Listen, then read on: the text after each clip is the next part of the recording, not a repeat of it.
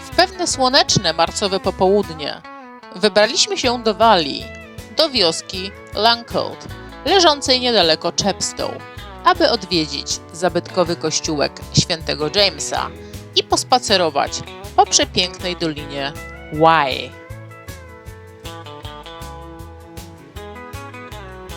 Langcoat to opuszczona wioska położona w Gloucestershire w Anglii, w pobliżu rzeki Wye, około 2 mil na północ od Chepstow. Znajduje się na smukłym cyplu utworzonym przez zakole rzeki, które wyznacza granicę między Anglią a Walią. Obecnie z wioski pozostało niewiele, a jedyną godną uwagi budowlą jest kościół świętego Jakuba, czyli jak wspomniałam wcześniej St. James Church. Kościół świętego Jakuba jest głównym widocznym elementem pozostałości wioski, sklasyfikowanym jako budynek wpisany na listę zabytków drugiego stopnia w obszarze objętym ochroną. Historyczne dokumenty kościelne z księgi Llandaff wspominają o miejscu kultu religijnego, znanym jako Llandcoed, prawdopodobnie założonym tutaj około 625 roku naszej ery. W 703 roku istniały dowody na istnienie klasztoru w tym miejscu. Jednak istniejący kościół został zbudowany w XII wieku, a jego łuk tęczowy pochodzi z tej epoki. Istnieje hipoteza sugerująca, że osada ta była związana z mnichami cysterskimi, którzy założyli swoje znaczące opactwo w Tintern w górę rzeki w 1131 roku.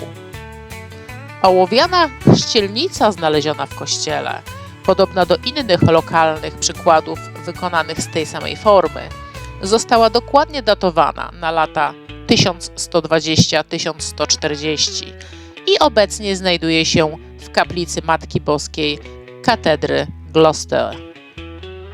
Ponadto zaproponowano, że to miejsce mogło kiedyś funkcjonować jako kolonia trędowatych, ponieważ na terenie cmentarza i wokół niego odkryto liczne zioła lecznicze, w tym obcy oman wielki, historycznie stosowany na problemy z oddechaniem, jak również i ziele angielskie.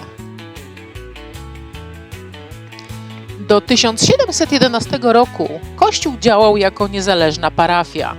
W tym samym roku został połączony z inną pobliską parafią, a Wollaston stało się jego nową plebanią. Niemniej jednak później przeprowadzono znaczną renowację i przebudowę kościoła.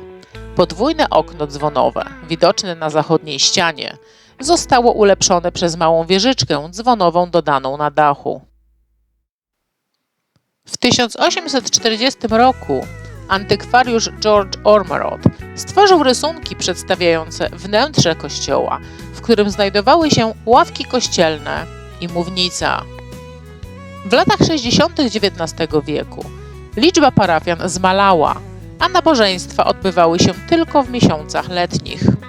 W 1865 roku proboszcz Wollaston postanowił opuścić kościół.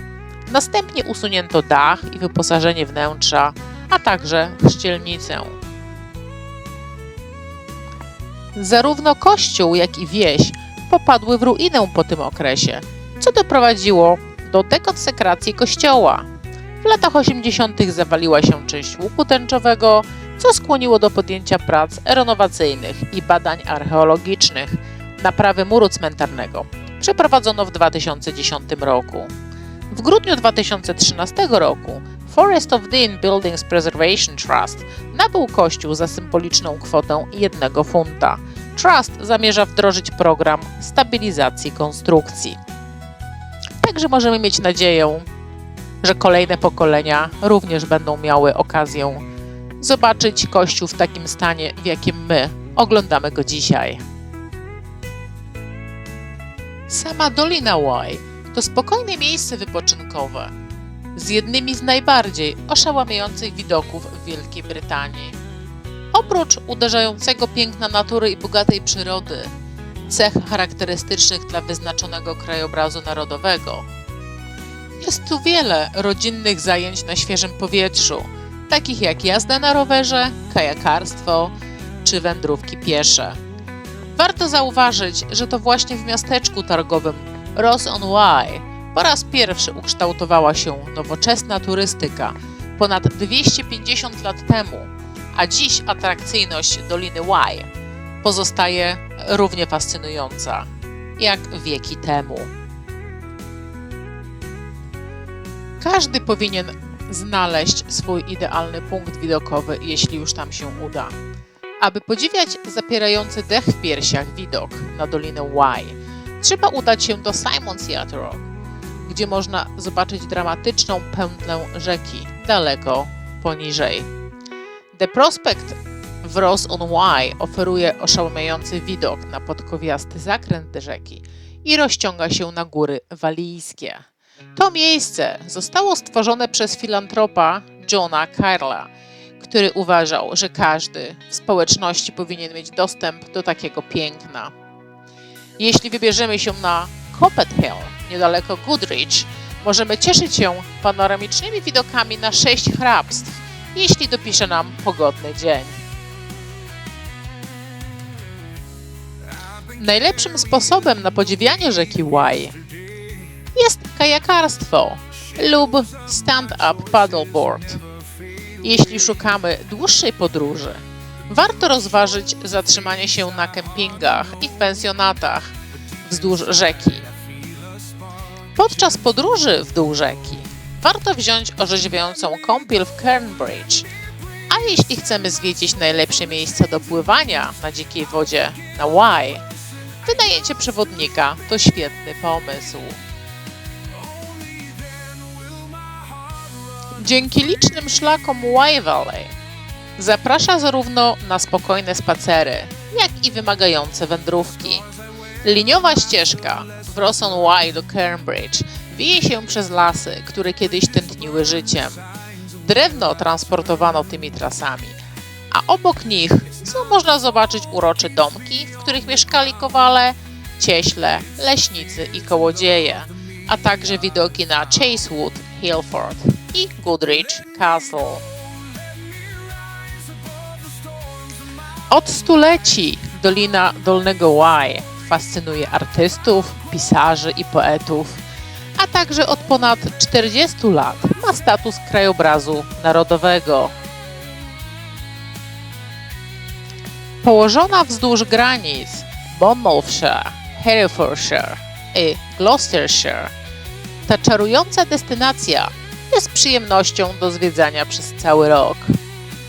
Jednak naprawdę ożywa wiosną, gdy pojawiają się nowe pąki, a jesienią, gdy jesiony, buki i dęby prezentują zapierającą dech w piersiach gamę kolorów.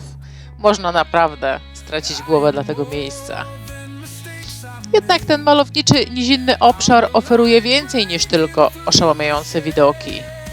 Rzeka Wye była pierwszą w Wielkiej Brytanii, która otrzymała uznanie za miejsce o szczególnym interesie naukowym na całym swoim biegu, ściągając się od swoich źródeł na zboczach Cumlumon w górach kambryjskich do ujścia w Chepstow. Ponadto jest uznawana za europejski specjalny obszar ochrony przyrody. Zielona Dolina jest rajem dla miłośników aktywnego wypoczynku, oferując możliwości uprawiania turystyki pieszej, rowerowej, jak i konnej, wspinaczki skałkowej, speleologii, kajakarstwa i spływów kajakowych. Dolina, o której mowa, jest prawdziwym klejnotem Walii, pełnym spokoju, naturalnego piękna i zapierających dech w piersiach widoków. To miejsce, które każdego dnia potrafi oczarować swoją wyjątkową atmosferą. Dla mnie jest to miejsce niezwykle bliskie, bo mam zaledwie pół godziny drogi. A mimo to za każdym razem czuję się tak, jakbym odkrywała je na nowo. To idealne miejsce na relaks, spacery, czy po prostu by cieszyć się chwilą spokoju na łonie natury. Jeśli chcecie zobaczyć więcej takich magicznych miejsc, a także inne niesamowite filmy o Walii, zapraszam do subskrypcji mojego kanału na YouTubie. Wspólnie będziemy odkrywać kolejne skarby tego wyjątkowego regionu, jak również całej gamy innych cudownych miejsc znajdujących się na naszej planecie. Także na dzisiaj to tyle. Trzymajcie się i do usłyszenia w kolejnym odcinku.